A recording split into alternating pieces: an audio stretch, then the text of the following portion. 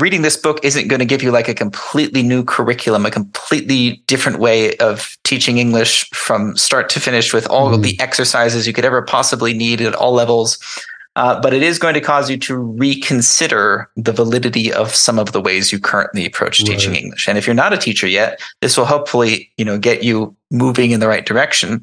It's meant to supplement and complement whatever your experience happens to be. Welcome to another Happy English podcast coming to you from New York City. And here's your English teacher, Michael. All right. Thank you, John. And thanks, everyone. It's Michael here from Happy English, and I help people speak English better. And this is Happy English Podcast, episode 696. And today I am so excited because I have a very special guest for you. It is my pleasure today to welcome global educator and author Gregory Diehl to the podcast today.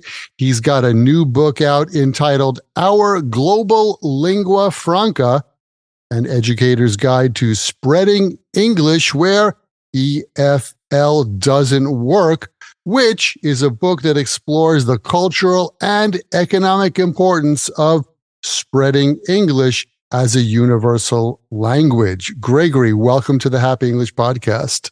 Thanks for having me here. Yeah, thanks for joining me. Tell us a little bit about yourself, where you're living now, and how you ended up there. Sure. Well, I'm originally from San Diego, California. I spent 18 years there, and then I kind of became obsessed with world travel and made it a mission to see as much of the world as I could over about the next 10 years.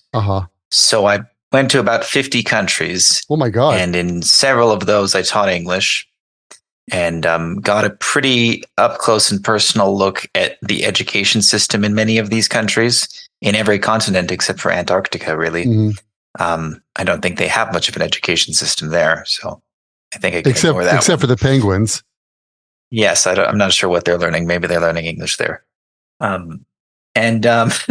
That's kind of what inspired this book, because I saw things that disturbed me about the way English was being taught in every country I went to. And I thought that's really odd, because you might expect that maybe in one part of the world, certain errors in their understanding of English or the way they teach English might proliferate locally, right? Or even among a few countries in some part of Asia, maybe, right? But to see the same things happening all over the world kind of blew my mind. Like, how could everyone be doing this wrong? This isn't rocket science. Like, it should be easy enough to know, for instance, if you're using English correctly, if you're teaching it in an effective way, like if a high rate of your students are even achieving basic conversational fluency in English, or they're just memorizing what you tell them to memorize. And it really just seems like almost everyone is doing this wrong.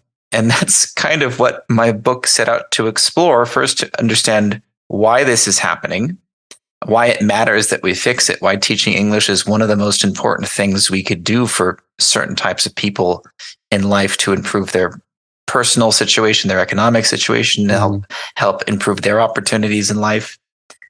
And basically what we can do as teachers to improve the effectiveness with which we teach English, no matter what situation we happen to be teaching in. You said that in all over the world, in your experience, you found some similarities in not good things that are being taught, or not good methods? Yeah. And since the book has come out, actually, I have shown it to many English learners and English teachers around the world. I have used it as teaching material with some of the students I teach, many of whom are online in countries I haven't even been to.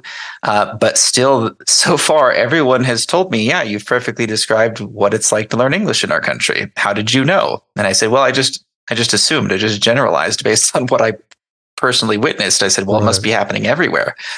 I have a large enough sample size now to consider that this might be a global problem. And so far, no one has contradicted me. No one has said, what are you talking about, Gregory? We have a great English system here. This isn't at all what it's like where we live. So what are some of the issues or problems in English teaching that you've come up with? Okay, well, in all the countries I've taught in, English is usually a mandatory subject, right? Right. One where people might spend up to 10 years in elementary school and secondary school learning English. You'd think after 10 years of learning almost anything, you should be at least minimally competent at it, right? If not an expert. You would, right? you would almost think so. anything. Right. Mathematics, history. And yet the vast majority of the people who are subjected to this can barely have a conversation in English, if at all. That's not what I would call being minimally competent in English. And I would define minimal competence as conversational fluency or better. And do you think that's because this 10 years of learning English is just, for example, the goal is to pass a test, or it's just something we think our students should learn? In other words, the goal is not to be able to have a conversation. The goal is something else. Yes. So there's a huge difference between actual practical competence in English and assessed competence, which is what schools are designed around. What can we easily test and demonstrate as having accomplished? Which is also why the highest priority in EFL education tends to be teaching as many vocabulary words as possible. Have you noticed this? Yes. The first thing people always care about is how many words do you know? How many words can we get you to memorize and circle correctly on a test? Because that's really easy to measure. That's really easy to say, look, you're twice as good at English now as you were before because you can now recognize twice as many words. But can you actually use those words effectively in real world communication? There's a difference. Absolutely. And it seems to me that in a lot of places, it seems that they think about English education as just, something measurable and to pass the test. And it's a school subject. It's like science or math or social studies. You learn it, and then the next year you learn more, and maybe you forget what you learned the previous year. It doesn't matter. In other words, it's not a language that you can actually communicate with or a tool you can communicate with. It's simply something we do in school this year from 10 o'clock until 10:50 in the morning. And your only incentive to learn it, if you're like 90% of these students, is just to retain the information long enough to get a passing grade and avoid being kicked out of school or punished by mom and dad. Right. That's not an incentive to actually learn how to communicate in a new language. That's right. And if you think about it, English is so gosh darn useful. It shouldn't be very difficult to find ways to motivate students almost anywhere to actually want to learn how to use the language. Yeah. And considering the fact that we have, this phenomenon called the internet and social media, which presents tons of opportunities to use the language. When I started studying Japanese in 1990, I had a book and a cassette tape. And my classmates, who I didn't really see after school anyway, that was about all I had. I couldn't go on Instagram and see people teaching Japanese or speaking Japanese. So there's plenty of ways you can use it these days. Yeah. And all languages, for the reasons you just stated, should be much easier to learn now because there are so many more opportunities for exposure. But English in particular, because it produces so much media and because it is used as a lingua franca in so many parts of the world, you really don't have to look very hard to find reasons to want to learn it or demonstrations of how people are using it all over the world. Right. That really isn't true with almost any other language, with the exception of other major world languages that are used, as like Russia here in Eastern Europe, where I live in Armenia currently. There's the local Armenian language that is only spoken by 3 million local Armenians and maybe others who have moved to other parts of the world. But also, every Eastern European post-Soviet country speaks a fair deal of Russian too. So that's like the regional lingua franca. If an Armenian wants to talk to a Ukrainian, both of them will speak decent enough Russian that they can communicate. Right. So that's an incentive for Armenians and Ukrainians and Georgians and whoever else to want to learn Russian, which they all tend to do without having to take Russian classes in school, because there's just enough exposure and there's enough practical reason to want to learn the language. Nobody has to sit there and drill them with Russian tests to make sure they're memorizing as many Russian words as possible. And they're all generally conversationally fluent or better in Russian. And probably they're not shy about speaking either. Right. as a Yeah, lot no, of English learners are. And actually, it's funny because I'm trying to learn the Armenian language living here. And oftentimes my neighbors won't know the Armenian word for something because they're so used to just using the Russian word, like a chainsaw. We needed to use a chainsaw for something. And they said, well, that's a druzhba. And that didn't sound like an Armenian word to me. And they said, no, that's the Russian word. And I said, okay, what's the Armenian word? Mm-hmm. They didn't know because they just used the Russian word to talk about chainsaws. Like there is an Armenian word. I just don't know what it is. And I'm sure somebody in the capital probably could have told me, but around here, all my neighbors just knew the Russian word. That's really funny to me. It's like being an American living near the border with Mexico and not knowing the English word for something you're just used to calling the Spanish word, I guess. It's just funny to me. But my point is that if we can get all these people to learn Russian very well without ever having to force them to sit down and memorize it, why can't we replicate those same conditions with an even more useful language like English that is spoken all around the world? And I know that it is because most of the time that I was traveling to those 50 countries, I was only speaking English, and that was enough to get me around the world quite comfortably. There's no other language in the world you could say that about. Mm-hmm. So how do they learn Russian there? Just organically? Cultural osmosis, exposure. I mean, they may study the grammar of it in the school, but most of the people I know who speak conversational or better Russian never studied it. They just, everyone here knows enough Russian because they're exposed to it because it's part of their culture. So then how do we get people to have that same kind of exposure in English? Well, as I said, English produces more information, either educational or entertaining in nature, than any other country, any other language, I mean. And there are very easy ways to test this. I used an example of Wikipedia in the book. I say, have you ever tried to use a non-English version of Wikipedia?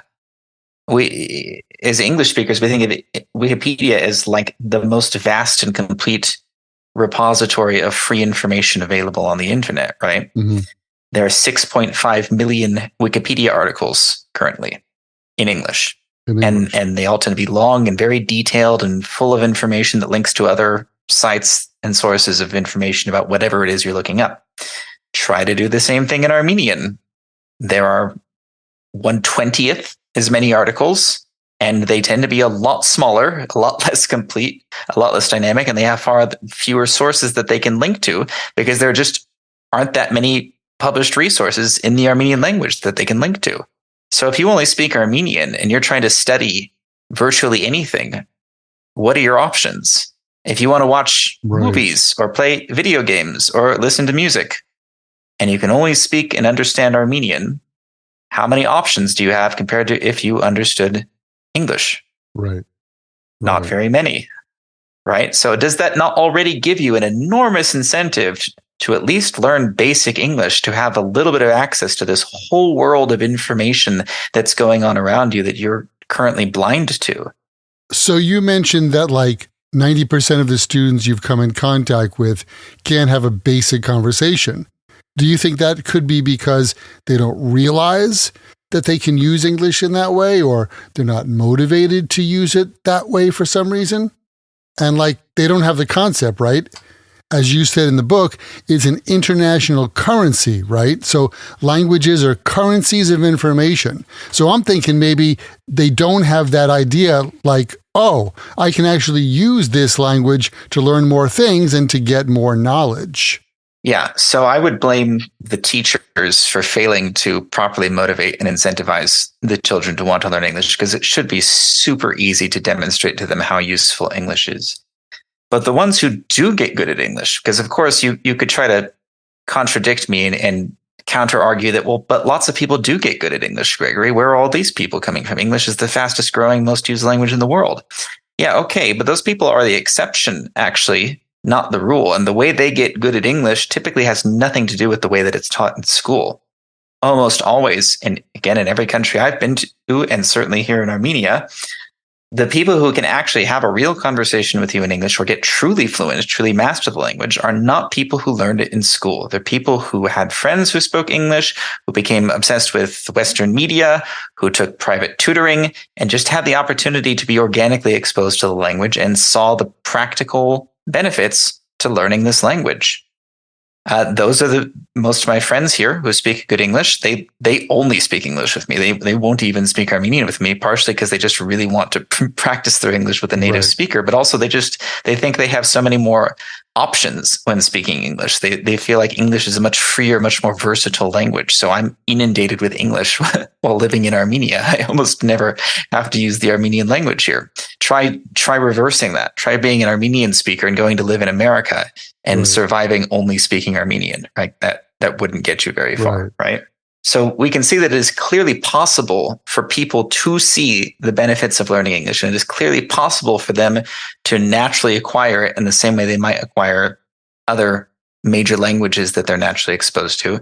So the only question in my mind is, what is preventing our educators from creating those conditions that lead to successful language acquisition with English? Why are we all following dogmatic, bureaucratic instructions that demonstrably do not work because the success rate of creating competent English speakers is so small? Right. Why can't we as individuals say, what can I change about how I'm teaching English, regardless of what kind of institution I might be working in, or if I'm working independently? How can I improve my approach to actually start to see my students learning and using English better? That's what the book is all about. Right. One of the first problems I bring up in the book is how little English is spoken in the English classroom. You'd think that'd be one of the first most obvious things, that when you're learning English, you want to be exposed to as much English as possible, right? To the extent that you can understand it, at least. And you want to be encouraged to use it as much as possible, again, to the extent that you can functionally. And instead, that doesn't happen. The native language teacher, for some reason, teaches almost exclusively in their native language. And when they do use English, it's often wrong English, not just like stylistically unconventional, because there's lots of choices you could make in English that we couldn't really call wrong, maybe just odd or not what an American would say, maybe, right? But there's also things that are just objectively wrong too. They just learn grammar incorrectly, they learn pronunciation incorrectly, they learn basic phrases incorrectly, and nobody seems to notice, which you probably should notice if you've ever seen like a Western movie and you notice people are using those words or those phrases differently. Do you ever stop to wonder, wait, did I learn this wrong? Or is that just a different way of speaking English? But maybe lots of people don't believe me. But maybe the teachers are either not interested in improving their English, or that's just their job to teach English. From there, it's a combination of not knowing themselves and not caring enough to question the mandates of their job. They're just following orders, right? I've had many conversations with English teachers here where I try to tell them, actually, that's not the correct way to say that or do that. I'm a native speaker and I'm also a teacher. Also, I'm a professional writer, so I know a few things about the language. I'd be happy to share with you what I know. And ironically, English learners are happy to talk to me. Usually they really want to hear what I have to say. They really want to practice the English with me. But other English teachers feel threatened by someone like me. They don't want to hear, that's so nice of you, Gregory, to offer to help me perfect my English. Because that's usually one of the hardest things to do, to go from being good at English to being truly native level fluent, right? So to have someone who can actually help you do that is a really valuable thing if that's your goal.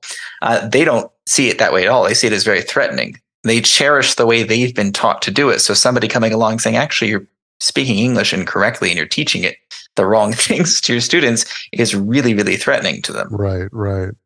And they don't have the internal motivation to want to improve, obviously. Yeah. I've had, and then you get some students who get praised for learning it the wrong way. They get high grades, high test scores. The teachers say, great job. You're doing so well. You're an overachiever. And then again, when someone like me comes in and says, I'm kind of the expert on English here. Maybe you should listen to what I have to say. They'll say, well, that's not the way I learned it in school.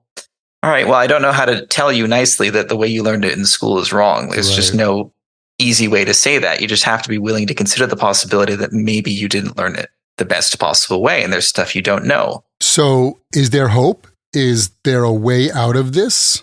Well, I wouldn't have written the book if I didn't think there was some hope, right? It'd be a useless endeavor. I think what's most amazing is that English continues to spread and grow as a functional world language in spite of the horrible education and conditions we have for it, which must mean that there's enough natural incentive and ability to be naturally exposed to it and acquire it happening outside of the existing education systems to me. Right. And I think if we can get enough teachers to see that it is possible to get demonstrably better results by changing the way you teach, which also would probably reflect well on them economically, because, you can probably charge more money and have a lot more students if you could start saying, I teach differently than all the bad English teachers you've had throughout your life. You'll learn more with me faster. And yeah, I charge a bit more money for it. That's the approach I've taken now when I still do like online teaching or locally here. My students generally don't care about my credentials at all.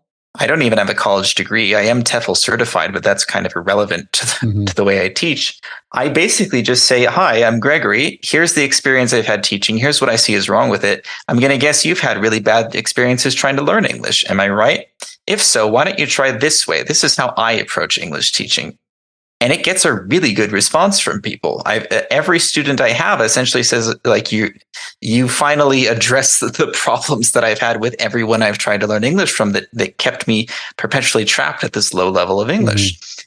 So again, I'm not saying this to like toot my own horn. I'm saying it's indicative of there being a global problem in the way we teach English that it seems relatively few teachers have caught on to.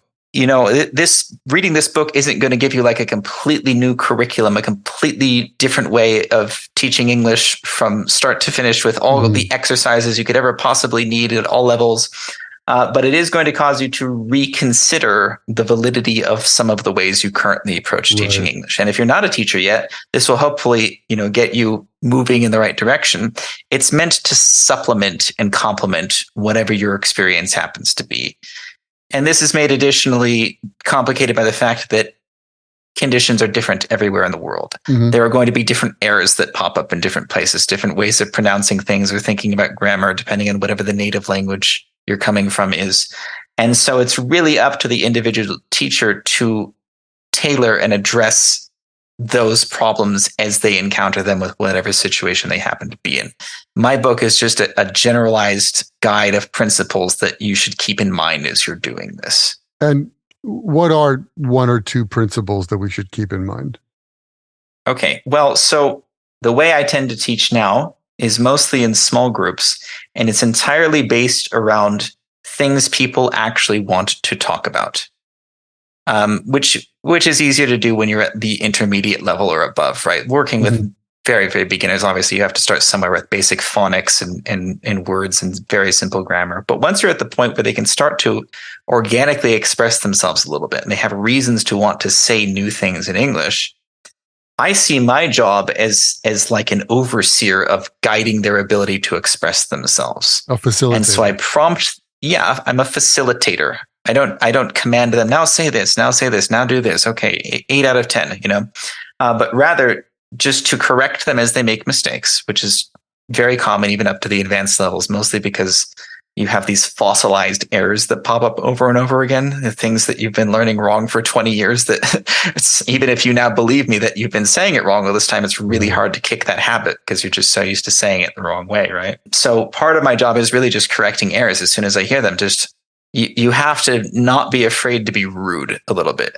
You have to not be afraid to interrupt someone in the middle of a sentence as soon as they conjugate something incorrectly or you say the word wrong. You say, wait, no, it's like this. Remember I told you this before. Say it like this. Okay, continue, And part of it is prompting them with the types of questions and discussions that they otherwise wouldn't have had the opportunity to be exposed to in English, which again is going to be different for each person in each situation you're in.